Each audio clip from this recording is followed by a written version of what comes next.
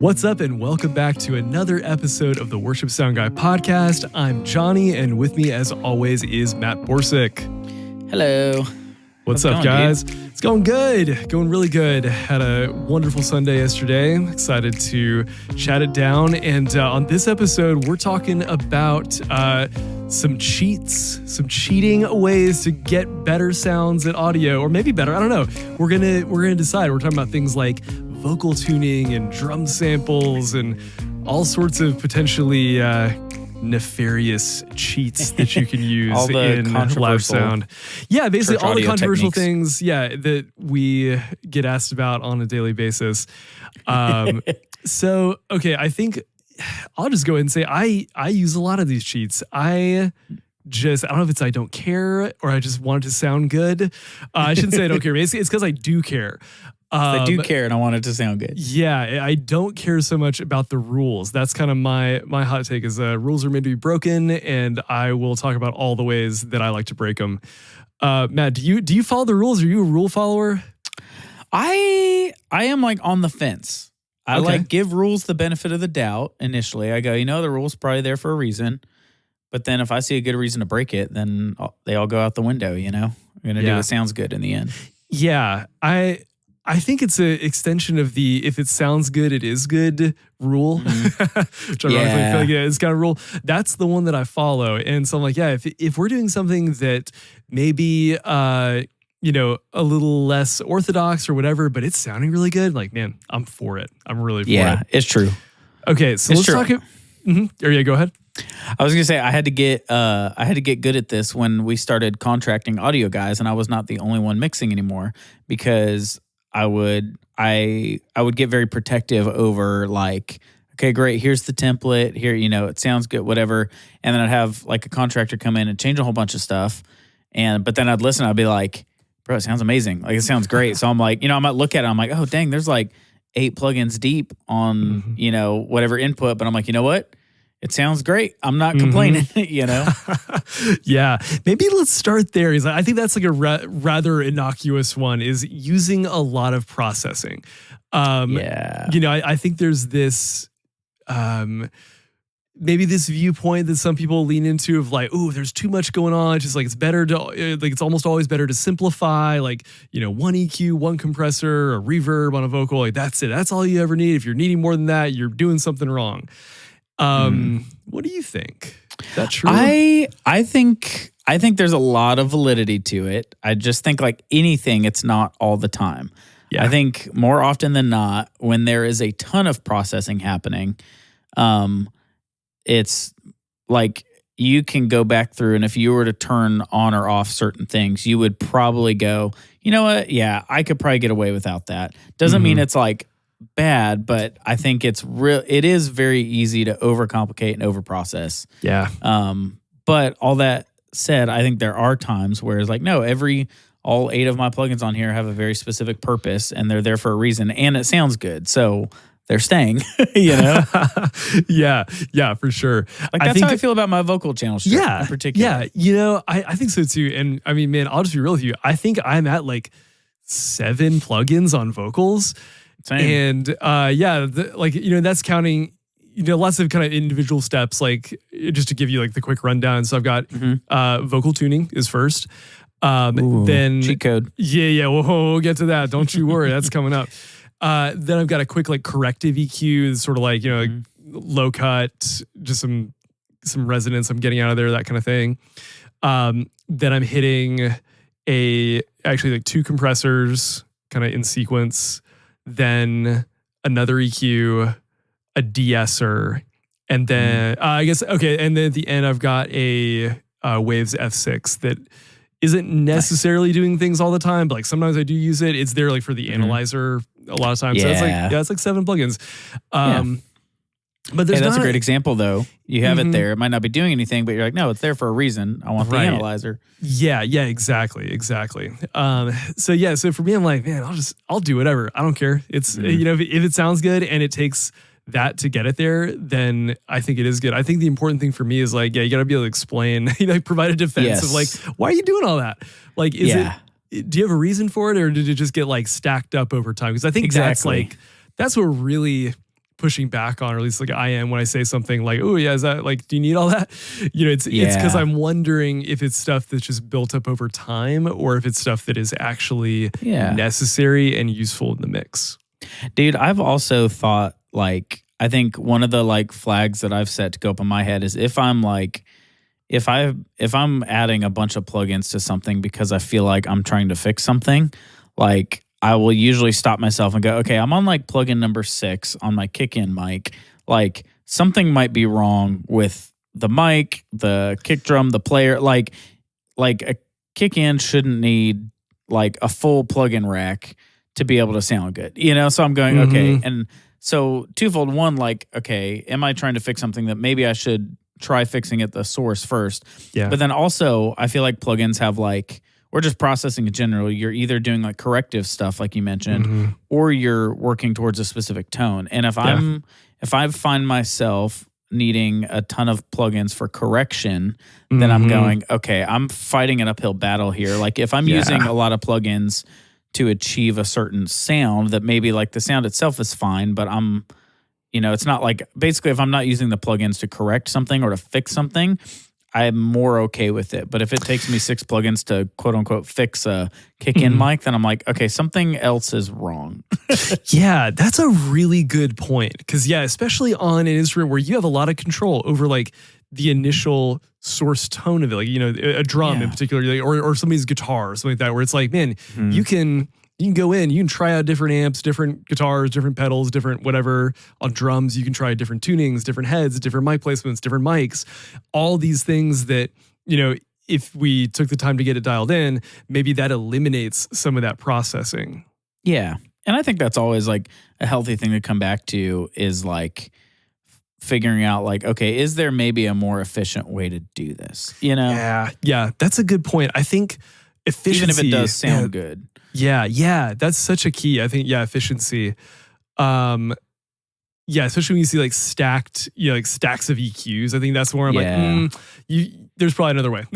yeah, exactly. And like, to be fair, like I was saying on vocals, like sometimes I'll have like all the SSL channel strip or something that I like the sound of that EQ. And that's like my main EQ. But then like I'll throw an F6 at the end just to like, I'll keep the rest of my chain the same from like vocalist to vocalist, but I'll tweak that F6 at the end a little bit just to like shape it to the individual person. And I thought like that's totally fine. Like, but that's on the other hand, if you're seeing like F6 on F6 on F6 on top of an SSL channel, on top of a Q8 or whatever, you're like, okay, something has gone wrong, and probably a lot of these EQ moves are like fighting each other, and you're just like chasing your own tail. Yeah, that's where, like I feel like I have at least I give myself an excuse because I'm usually mixing on an LV1. So there is no console processing. Like plugins are the console processing. So a lot of the like stuff, like if I'm not on an LV1, if I'm on like a Digico, then I go, great. I will almost always use the console EQ as my like first corrective EQ, get stuff right going into, my like high pass, all that stuff. So then my plug-in chain specifically tends to end up shorter because I'm doing more on the console, which is like another thing. I do tend to like, I feel like most consoles nowadays do sound good. So I do tend to like prefer console processing where I can, and then use like Waves plugins for tonal. If there's stuff that there's not a tool on the console that can accomplish the same thing. Yeah. Oh, that's a great point of, like, when do you go external for processing versus relying on what you have internal? If you're on like a more traditional console, how do you typically like approach that? Yeah, like, I mean, the console I spend the most time on are like the Digico SD series before we installed a LV1 here at Northlands. And honestly, that's where I go, like, I use the console like high pass and low pass filters. I use the console EQ. When they added the dynamic EQ, like I would use that sometimes depending on the input on the console before I get into Waves. And then Waves was more like if there was either a characteristic of a specific EQ, like, what's that, the VEQ. Oh yeah. Like has that, like I have always loved the high band on that. And so I would like, hey, I could do a shelf at 8K on the vocal on the console, but I like the way this one sounds better. Yeah. And then I would typically go out of the console for compression. I feel like, especially if I was compressing for a specific sound or tone or whatever, like the onboard compressors on Digico, like they're great, but I feel like they're very utilitarian. So I would use them in that way. But yeah, so I would do that. I always put waves on my, insert B on a Digico so that all the console processing happens first, and then go out to it and doing things like, verb, compression, saturation, that type of stuff. Yeah, that's literally exactly my approach. I think that's a pretty normal, I feel like it's pretty healthy standard. approach. Yeah, for sure. Because I think there's certain things obviously that consoles do really well, and I think they're getting better all the time. I think that one trend that I'm really liking in like the console manufacturing world is that I think they're finally realizing that mix engineers want to be able to add color and vibe to the mix. It's not just like here is an equalizer and a compressor. That's it. They're super technically clean. Correct. Yeah, technically this is what we put on the board.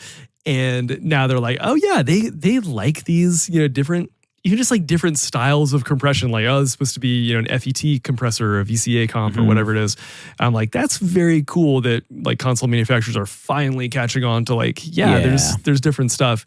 It makes me not have to reach for waves as much necessarily, even though I still, waves is so familiar at this point that I think it just not that it's become a crutch or that's cheating necessarily. No. But I think that it is something where you get a lot more range of options and a lot more flexibility on it.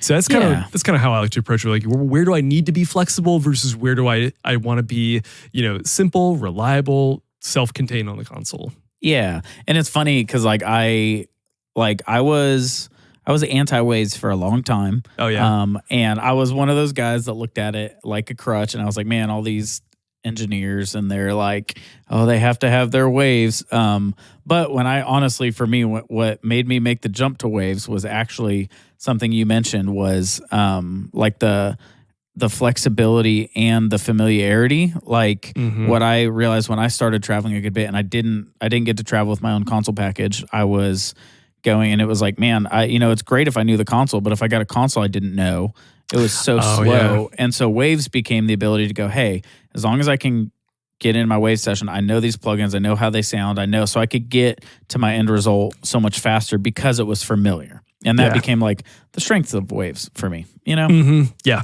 I agree. I've been using waves for a really long time now. It's like originally I was kind of more on the studio side of things before moving into like the live world. You can see a little bit of studio setup behind me there. But yeah, so I was using waves for a long time, like studio production stuff. And then when I started mixing on the old like Avid SC48 consoles, or is this DigiDesign SC48 at the time, and like Profile and D-Show stuff, and you could run waves plugins or actually really like any like TDM plugin built in. And so I was like, whoa, I can use these same tools that I've been using, in the studio for a while now. I can just bring that into the live world. And gosh, I mean, it made things so much easier to sped up my workflow. And what's interesting, I think, for me, and I'd say this still really holds true with like maybe like a couple little exceptions. I'm like, I don't know that waves makes my mix better sounding, but I know it makes it faster and easier. Yeah. Well, and you get access to tools. Like Waves still makes tools that consoles don't have on them. And that's kind of how I always try to look at it, is like all plugins are just like more tools in your tool belt. Yeah. And so you might have like 4 different hammers that you're like, okay, great. These could all accomplish the same thing, but the grip on this one is really comfy. So I'm going to pick that one. Like that's how it makes sense in my head. Yeah, I really like that approach to it, for sure. So, okay, what's the verdict? Waves plugins and lots of processing. Is it cheating?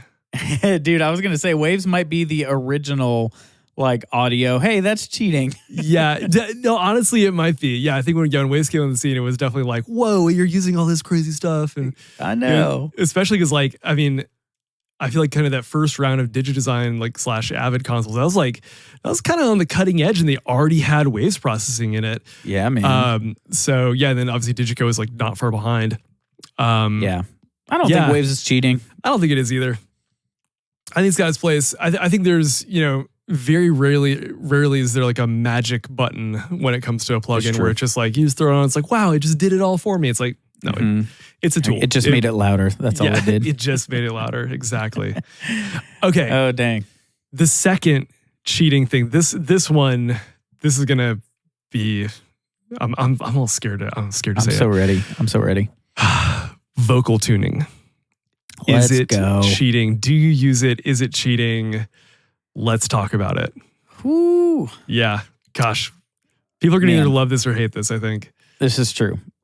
I will say, well, yeah, I feel like I'm going to answer the last one first. I feel like you should go first on this one. Okay. All right. No, that's fair. That's fair. Okay. Yep. I tune vocals all the time live. I use Waves Tune Live. I think it's great.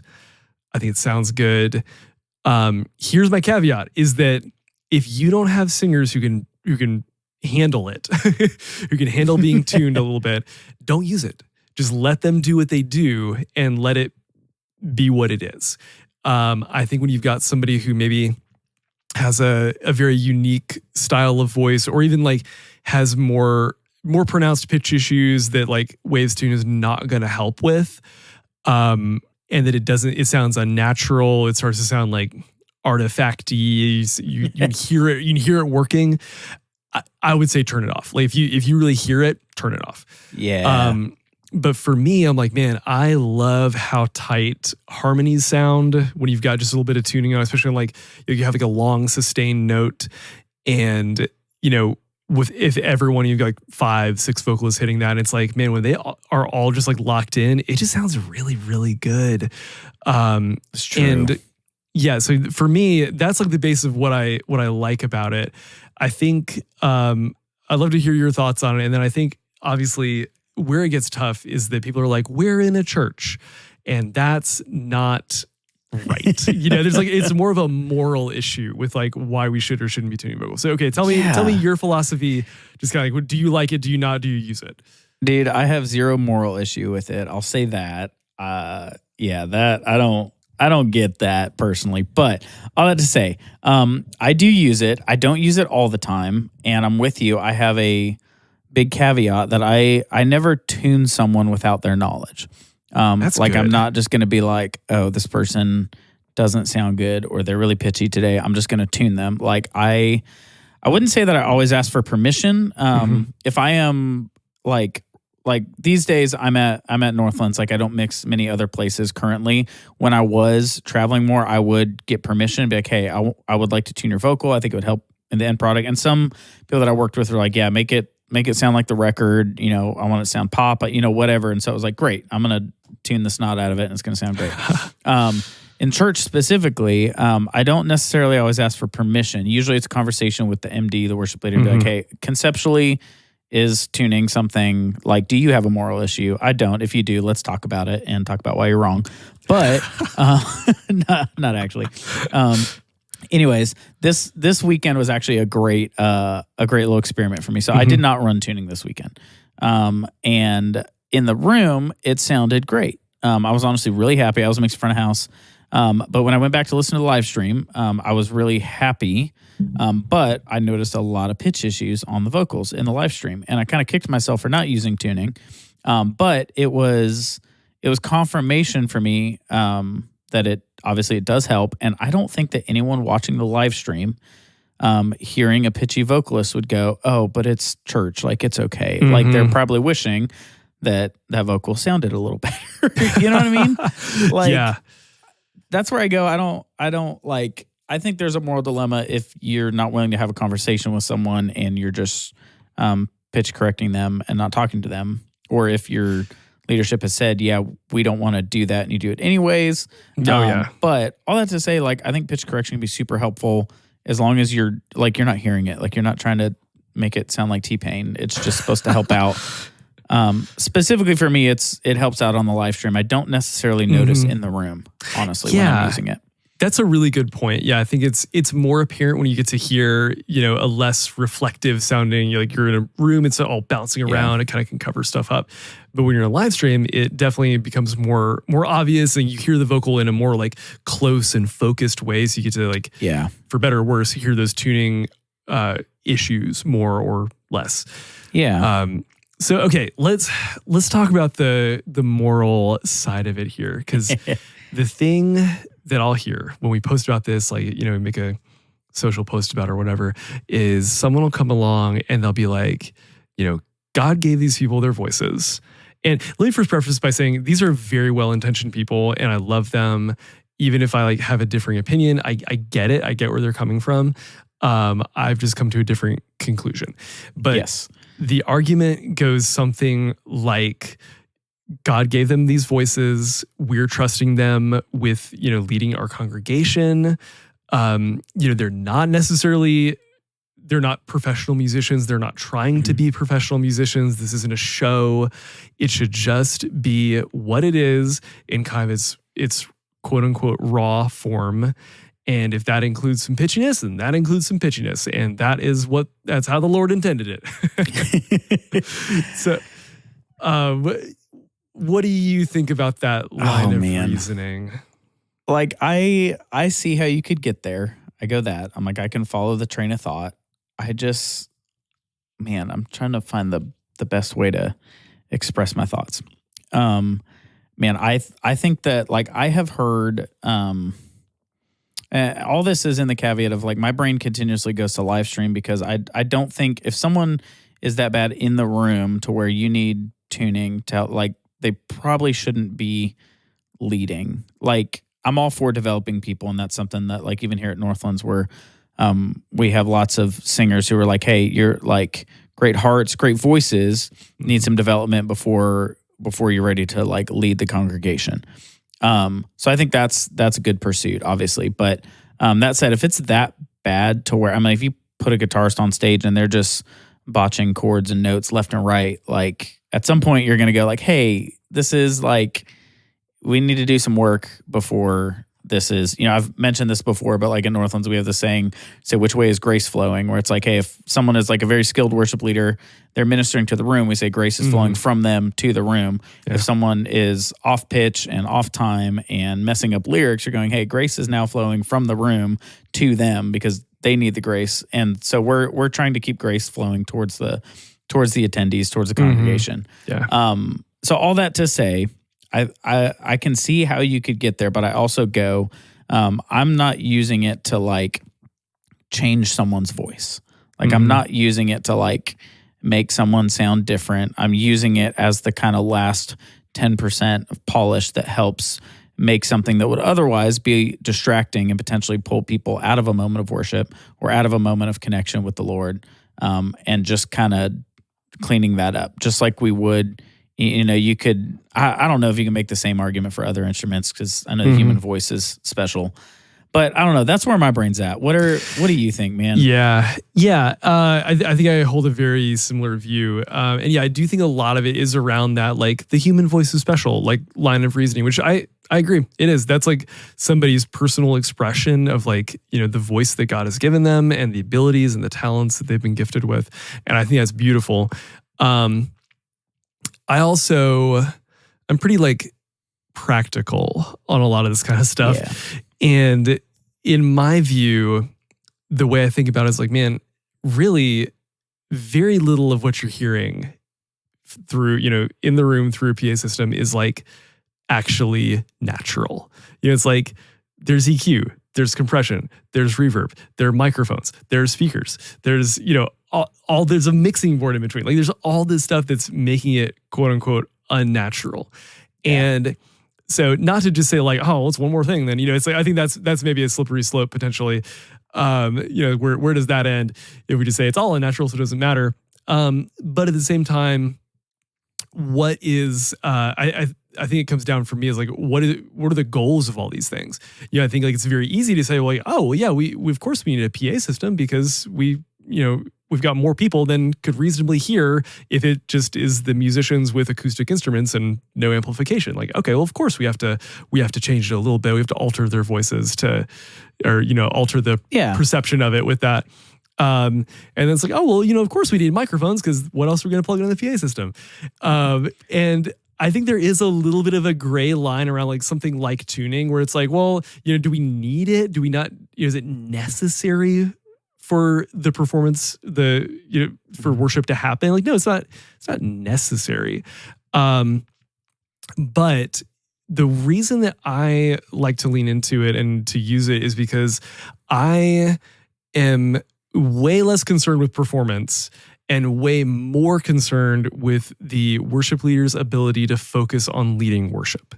And I think for me, that's something that a lot of times the people who make those kind of comments of like, oh, it's just natural, just let it be what it is. They're mistakenly thinking that like if someone is using tuning, they're all about the performance. Yes. Or even like eliminating distraction. I've heard a lot of people say something like, distractions are natural. Like that's just how they sound. So therefore it shouldn't be distracting because that's just how it is. And I'm like, okay, I get it. I also think there are certain times when it still is distracting, even if it's natural. But for me, like I was saying, the key, the crux of the argument for me in terms of being why I'm for it is that it frees the worship leader up to focus on leading worship, not on performing. That's a really good point. Yeah, I think a lot of people who might say, that doesn't matter are people who are not worship leaders. Because I'm like, man, all the worship leaders that I've talked to and who we've had this discussion with of like, hey, I'm going to potentially throw some tuning on there. Are you okay with that? How do you feel about that?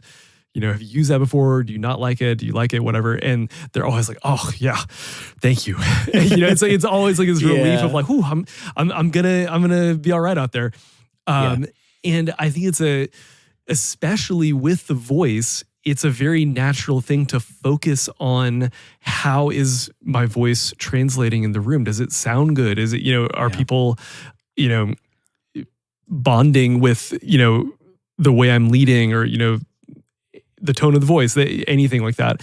And so if I can be helpful in maybe not eliminating, but helping one of the variables that they're having to worry about, that's a little more like, brain power or whatever that they can use to focus on leading well, rather than thinking about, I've got a high note coming up. What if I'm a little flat? What if I'm a little sharp? Oh man, I'm a little stressed about this. It's like, okay, they're just be able to go for it and trust that, as long as they're like pretty close, that it's gonna zip them up and just have it be in tune. It's gonna sound really good. So I literally cannot tell you how many people I've had who have been like, oh yeah, I didn't think I did good out there, and then I listened back to the live stream. I was like, oh, it sounded really good. I'm so glad that I had that tuning on there. And I think that's for me. That's the thing of like, okay, if it's for no one else, it's for the worship leader to not feel self-conscious about the way that what they're doing is perceived. And again, I think there's like sort of a circular argument here where you could go like, oh, well, it shouldn't matter what they think. They're just glorifying the Lord. They shouldn't care. And it's like, okay, yeah, I know, but it's also human nature. Like, it's like you got to wrestle for yourself.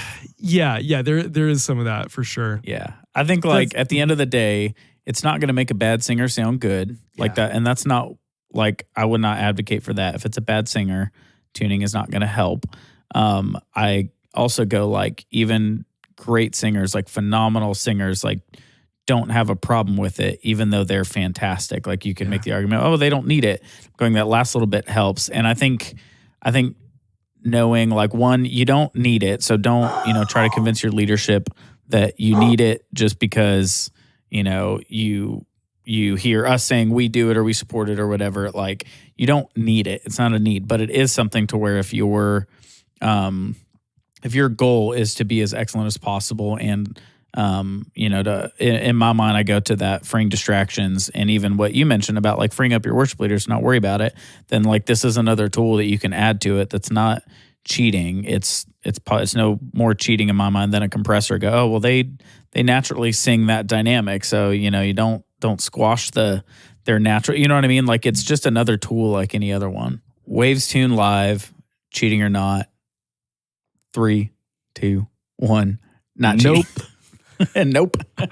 Not cheating. And to your last point there too. Yeah, I think it really is just a tool. It's just a tool. It's not magic. I think a lot of people maybe who've never used it think that it's magic. I think there's like there's a little public perception out there. I think, it's like, oh, these pop singers, they just turn on the auto-tune and they sound incredible. It's like, no, that is 1,000% not true.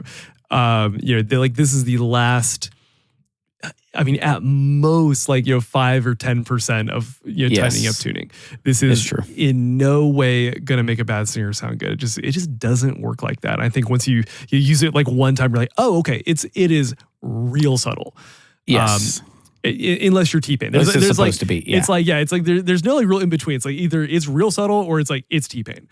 Now I will say on some BGVs, I will go a little less subtle with it because they're BGVs, you won't hear it, and just like really lock them in. That's kind of fun sometimes. Yeah, that is kind of cool. I did a thing where I was using the Waves. I think it's the Morphoder plugin. It's kind of I mean, I'll try with Ovox. I forget which one I landed on. But anyway, so I was doing like auto-tune into like this harmony like modulation plugin thing. And it like had like a vocoder sound without actually having to play a vocoder. It sounded awesome. So I love it. Yeah, there's creative stuff you can do like that too. It's like, man, there's no other way to achieve this. And it's a fun thing to do, fun thing to like let your worship leader experiment with and, be creative and exercise those creative gifts as well.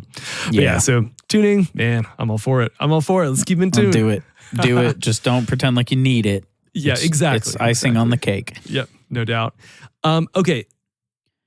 The third one that I want to talk about. Ooh, this is one, let's say near and dear to my heart, and that's drum samples. Oh yeah, drum samples in worship. I got so many thoughts on this. What do you think, Matt?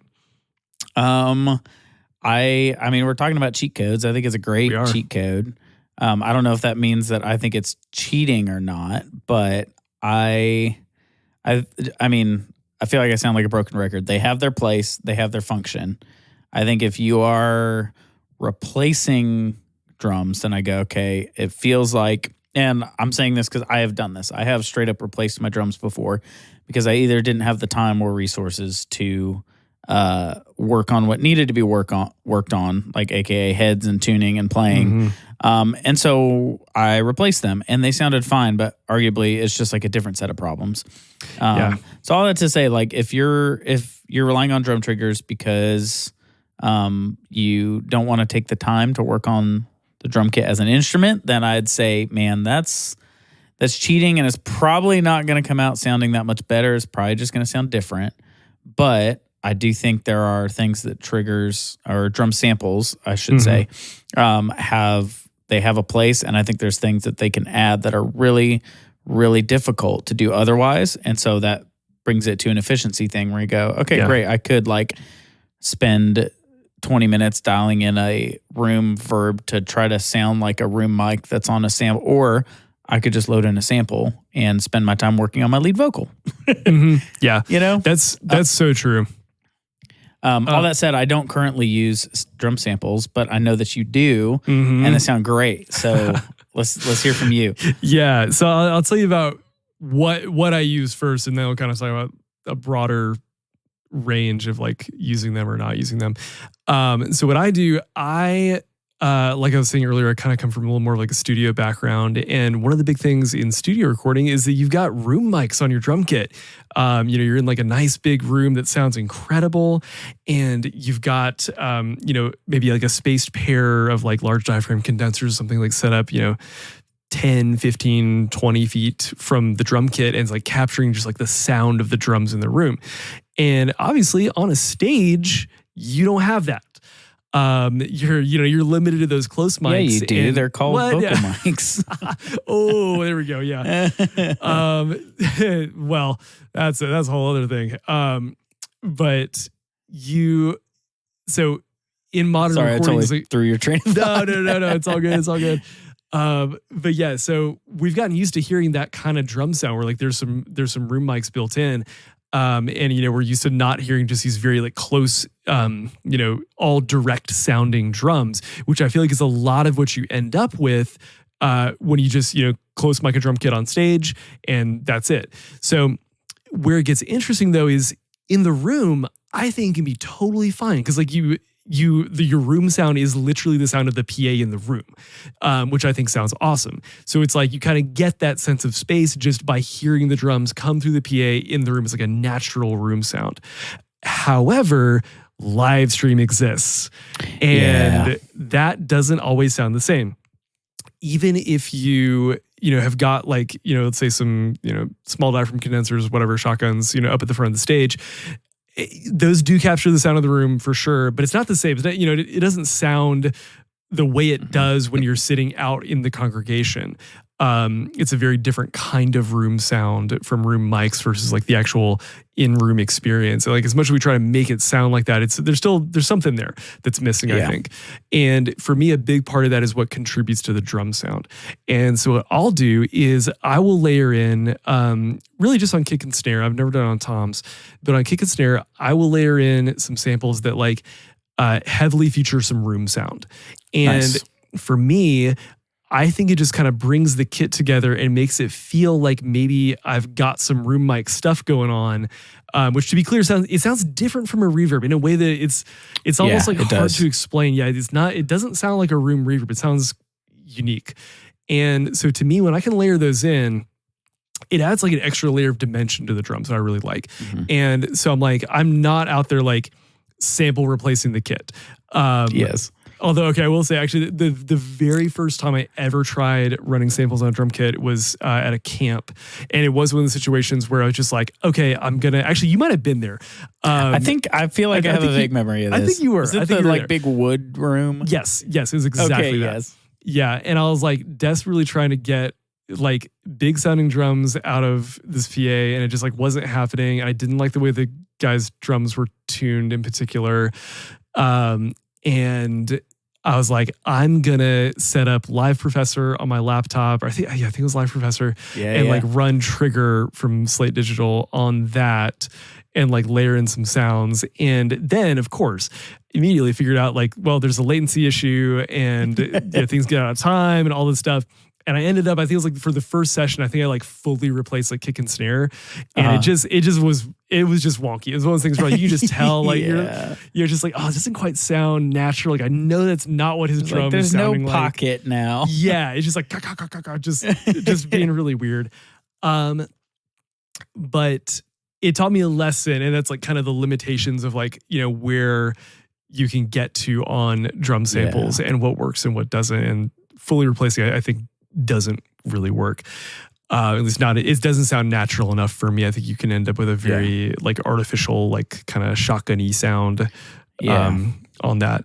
But yeah, so I'll run some samples. I blend them, I don't know, like 70-30 maybe, something like that. Like 70% real drum, 30%, similar to how you blend in a reverb, honestly. Like, you kind of just like get it to the point where you start hearing kind of the wetness of the reverb or this, the room sound. Hear of the sample. Effect. And exactly. But yeah, so I tend to lean away from samples that are like really snappy and punchy because like I can get that from close mic. I want the ones that have got like a decay and like a room sound to it. I think that's kind of where the magic happens. We're like, wow, that snare just came to life. Yeah. No, I agree. Yeah. I agree. And I think I will say, like, because I've heard you use them, and I think you use them really well. I think a lot of people, when they think samples, they think it's cheating because they assume that you are just replacing the existing drum sounds. And again, this is like another one of those, like, it's the last 5 or 10% polish. Like, you don't need samples. If your drums suck, like, samples aren't going to fix it. They're just going to make it sound unbelievable. Yeah. Not in a good way. But like the way that drum sounding unbelievable is always good. I want my drums to sound unbelievable. But yeah, I think there's something to be said for maybe augmenting. That's really what I look for. I think whenever you get into like, I want to replace, like, no, that's a dangerous road to try to go down. Like whether it's live or studio or whatever. It's like, but yeah, if you can augment it, blend in something that maybe can't exist in the natural capture of the drum, like like some room sound or whatever it is, that's where it really like serves a purpose to me. All right, so drum samples, cheating or nah? 3, 2, 1. Nah, probably not, except if you're totally replacing them. Probably not unless you're totally replacing, then you are cheating. And then honestly, everybody knows you're cheating. That's the other thing. I think like for it to really be cheating, like it has to be sneaky enough where it's like you're like, whoa, how did it get like that? It's magic. It's like, no. Like that. If you're fully replacing, going around. Sorry, finish. No. Yeah, but if you're fully replacing it, everybody's like, huh, that sounds weird. Like maybe it's technically a good sound potentially, but everybody knows that's not really what's happening. It doesn't match. Yeah, it's like, do you remember that video that was going around a couple of years ago, and it was like the worship snare, and he's like barely tapping it. It's like, like it's like the Bethel snare every time. I do. Yeah, that's when it's like so over the top. We're just like, no, this is not good. This is not good. Oh my gosh. Yeah. And I think it depends on context too. Like, I think like I've seen some, how do I put this? Some engineers who work on larger scale projects speak very unfavorably of drum sample augmentation. And I think a lot of times, like for those dudes who work in like really, like arena shows, or it's like, yeah, I don't think you need a drum sample if you're in an arena. You've got probably a bunch of crowd mics, you've got a huge space to work in. You're getting all the ambience you need. You got, good isolation, all that kind of stuff. But if you're on like, let's say even like a mid-size church kind of thing, it's like, man, you might not have, the stage space you need to like, to work with that kind of thing. You might not have the room mics you need. You might not have the space that you need. So it's just it's a different tool set. And again, it's a tool. And I think when used responsibly and intentionally, I think that's totally fine. Yeah. And I think it comes back to what we were talking about in the beginning, that it's like, hey, at the end of the day, if it sounds good and it's not distracting, like I think there's a way to do it and to use those to where it's serving the end goal, like at the end of the day, anyone at church or at, whatever, is not going to be like, they don't care how many plugins you use to get there or whether you use samples or not. If it's like, if you're creating a cohesive like sound, and I was like, great, who cares how you get there? Like at the end of the day, that's what 95% of the people in the room care about, except for us audio snobs that are, critiquing, like, dang, it took you 8 plugins to get there. I could get there in 6. Yeah. Yeah. That's a really good point. I think to kind of sum it up for me, I'm like, I don't know that there really is such a thing as a cheat when it comes to audio and mixing. I think they're just tools, and I think they're tools that can be used for good or for bad. And I think like one key thing to remember is that a lot of these tools you mentioned, like tuning, like drum samples, all that kind of stuff, if they're used like incorrectly, I just made up a word, incorrectly, and I was gonna say untastefully, they're very noticeable and they're very obvious. And I think that's more of like what people push back on, is when it's like, wow, you can hear, it does sound like T-Pain, or your snare does sound like, just a shotgun over and over again. Yeah. And it's like, okay, well, obviously something is going here that's like, when it comes down to it, it's a poor mix choice. It's not the tool's fault. That's like, it's like, bro, why are you hammering the nail with the drill? Like, use the hammer. Yeah. Or like, why are you trying to hammer and like just missing the nail every time? Why are you hitting why are you hitting the 2x4 around it or whatever? And just missing the nail. And it's like, why are you missing the important parts of your mix just for the sake of using that particular hammer? Dude, if you spend 60 minutes dialing in your drum samples or your vocal tuning, but your lead vocal sounds like trash, or you haven't spent any time on your guitars, priorities may be out of whack. Maybe that's part of what it comes down to also, is like priorities in order. Yeah. Priorities are key. That's huge. Yeah. It's like, man, if your vocal doesn't sound good, it doesn't matter if it's in tune. You spend all the time you want, like throwing tuning plugins on it, messing with it, whatever. But if it doesn't sound good, like, well, what is all that for then? And then maybe that's where it gets more like, well, then is it all about performance or whatever? Yeah. But yeah, I think that's a good place to kind of leave that conversation. No cheating, just good or bad use of these tools. There you go. Yep, for sure. Well, guys, thank you so much for joining us on this episode of the Worship Sound Guy podcast. If you enjoyed what you heard, please rate and review and share on whatever podcast platform you listen on. That's what helps it get up in the rankings, helps more people find the podcast, is when you share and rate and review the show. So if you learn something, or if you think you know someone else who'd enjoy this, please share with them, please review it. That really means a lot to us. And we read all the reviews. It's super kind getting to, see everyone's feedback and when you guys have nice things to say about it. So we really enjoy that. And until next time, happy mixing.